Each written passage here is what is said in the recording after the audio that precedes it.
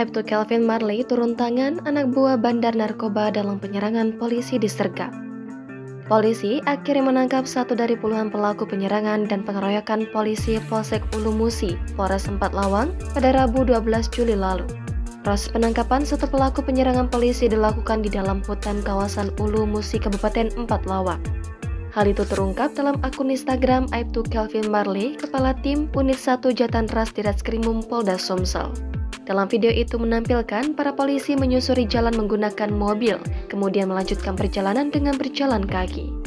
Diketahui peristiwa itu terjadi saat polisi berpatroli mendadak diserang sekelompok orang dengan melempar batu dan memukuli mobil personil Polsek Ulu Musi dengan kayu.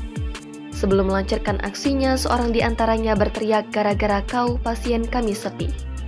Akibat penyerangan tersebut, dilaporkan terdapat satu personel Polsek Ulu Musi menjadi korban bernama Brigpol Daber Kalani yang mengalami luka robek di kepala.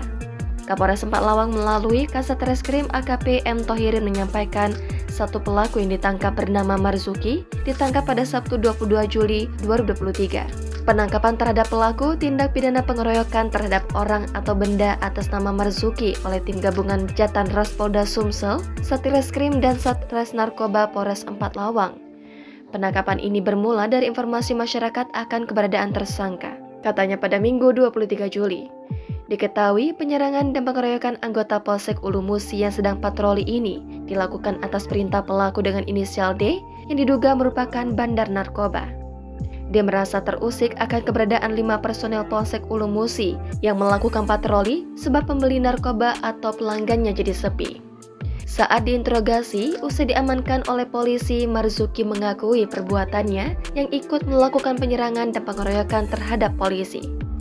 Marzuki ini melemparkan batu ke mobil anggota Polsek Ulu Musi yang juga dilakukan oleh rekan pelaku lainnya dengan melemparkan batu dan kayu, katanya. Atas perbuatannya ikut menyerang dan mengeroyok polisi, Marzuki terancam tindak pidana pengeroyokan yakni pasal 170 KUHP.